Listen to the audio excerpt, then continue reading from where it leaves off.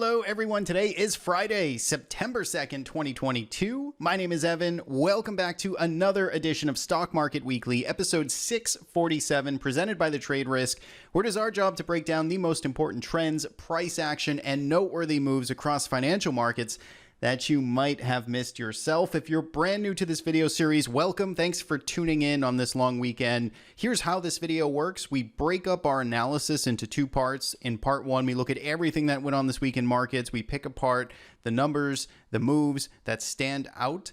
And then in part two, we jump into the charts. We take a close look at price action and those dominant trends and try and best position ourselves looking ahead. Lots to discuss in this week's video. Let's jump right into some of the takeaways from this week. Big story, of course, is there is no support in sight for stocks. What a flip of a switch. 3 weeks ago, we were melting higher. The bulls were in control and the market was persistently bid. And ever since really 2 weeks, well, I guess you could argue the Jackson Hole comments from Powell, or even the week prior when we started to finally reverse into that event, we have seen basically an evaporation of the bid and markets continue to take the elevator down. So third week down in a row, we got the US dollar pushing to new highs. We got the VIX that didn't really participate this week. So I guess there's a modest sort of bull signal in the sense that the VIX isn't continuing to scream higher here. It's basically flat, slightly up on the week. We also have gold bouncing from 2.5-year lows, and we've got oil testing the bottom end of its range. We're going to talk more about that in part two of this video. Now, if we take a look at the numbers here, you can see it was again just pretty much just a massacre across the board, 3 to 4 to 5% down in all of the major indices. Take a look now at the 1 month numbers, all firmly red and climbing in their single digit declines here over the past 1 month. Same story as last week. We did get world stocks. So these are the markets outside of the United States that did fare a little bit better on a relative basis than the US markets. Now, if we take a look at trends here, we're looking at trends from a short-term perspective, which is a 10 SMA, just the slope of the 10 SMA, the 50 SMA, and the 200 SMA. You can see, again, we're still sandwiched here. We do have the rising 50 on the SPY, the Nasdaq, the Russell. For how much longer, we shall see. We are now below the 50 SMA current prices in all of those markets. So if that continues, then we are likely to see, this start to flip down. But for now, we're still declining in the short term, declining in the long term, and have that rising 50 in the intermediate term. Now, this is another chart I wanted to throw in here. These are usually things we save to the part two, but I figured I would just throw it in at this point, but this is looking at the percentage of stocks that are above a 20-period simple moving average here. So this is, well, it's funny enough, it's actually kind of in between here in the short and medium term, but we're looking at essentially 1 month numbers here. And what we're seeing now based on the reading going into the weekend, the long weekend, is we are now down to 6% of stocks are above their 20 SMA, and these are stocks within the S&P 500. So this is basically the second lowest reading we've seen in 2022. The lowest reading was those June lows. So the ultimate lows for this year, we were down to just 2 or 3% of stocks above a 20 SMA, and so you can see we're getting washed out here as we continue to basically again take that elevator down. Now, if we take a look at volatility, we want to talk about that, and you can see that the VIX was up this week, but only slightly. So we were up basically less than a half a point here to 25.88 going into the weekend. So that is a mild constructive period that we're still not just seeing rampant fear bidding and craving for protection. Now, again, we're still at an elevated level. We're back up around 25. We rallied, 30%, and the VIX was up, a handful of points last week. So again, it is still indicative of a dangerous market when we're in these mid 20 ranges, but We're going to keep an eye on this a little bit closer. If we can get the VIX to cool off here next week, right? If it starts to get heavy again, then maybe the worst of the selling is done. But that's a big claim, and that's just a claim at this point. It actually hasn't been proven. If we start to see the VIX scream higher back up into the 30 range where it was for earlier in this year in June and April, then we've got problems, as we would likely be in that scenario, retesting those year-to-date lows. Nasdaq vol is above 30, right? So 30 was that kind of psychological area we were keying off of for many weeks. It broke above it last week. It's staying above it, and so up a point here this week as well.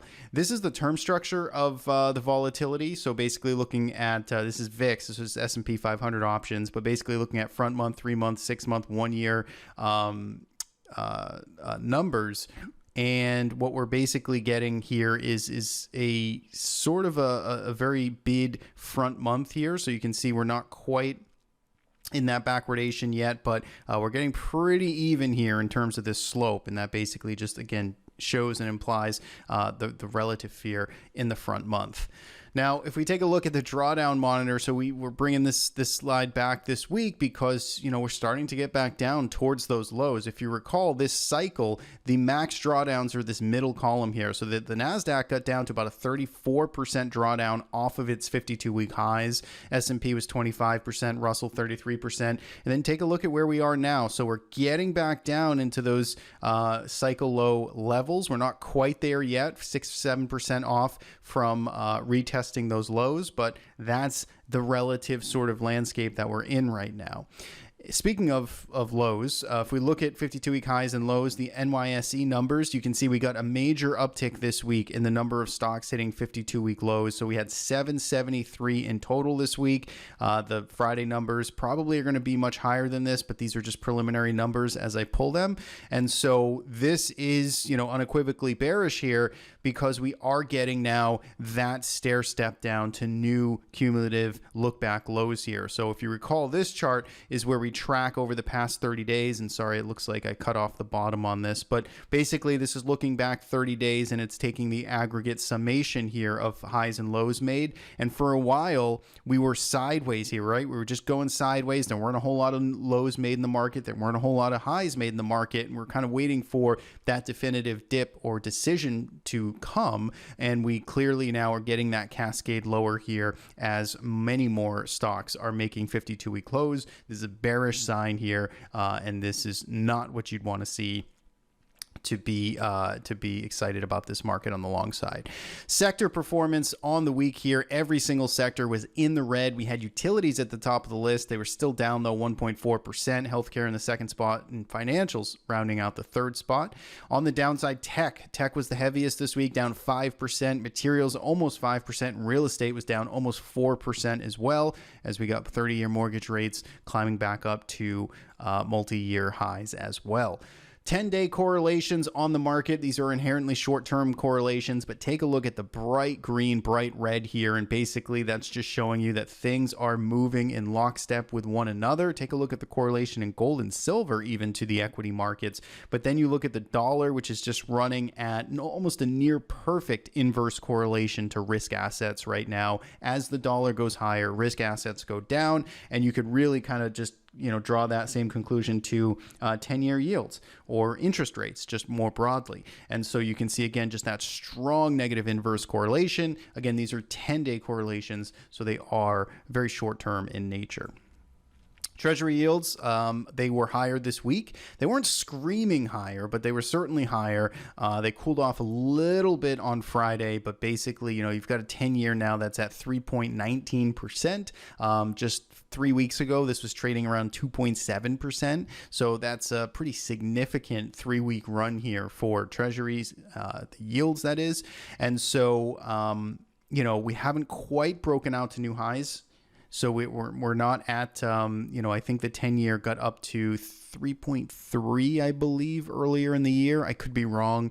I'd have to just, again, reference the chart, but we haven't quite broken out to new highs. We'll see if that happens. Again, that'd be a very just, again, bearish sign for the market. If that does occur, it hasn't happened yet. If it could top out here, if it doesn't take out those prior June highs, or I think they were more like April or May highs, then, you know, maybe you've got some subtle, divergence or some subtle signs that, you know, the interest rates have been sort of priced in pretty well at this time.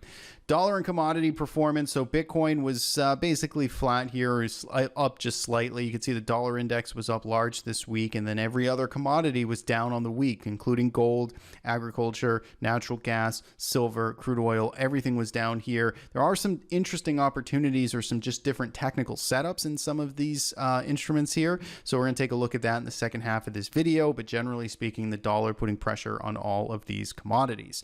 So last here, I wanted to throw in this chart. This is from MCOS CILLATOR. This is MC Oscillator. This is Tom McClellan's site and research here. And so he put out this chart, which I thought was pretty interesting. He always looks at unique data sets and kind of parses some interesting signals. But this is specifically to gold. He's looking at the Gold Trust, which is ticker PHYS. And he's looking at basically the premium discount from NAV. And whenever we start to drip below this, you know, kind of broad dotted line that he's got drawn on this chart here, you can see that it tends to coincide with some type of local bottom. He's got a lot more on his website on this blog post. I just thought it was interesting. You can follow him on Twitter or just head to mcoscillator.com. He's got the post here from this week. You can read a little bit more about this and what he's seeing in the gold market. Just thought that was a little interesting there from this week.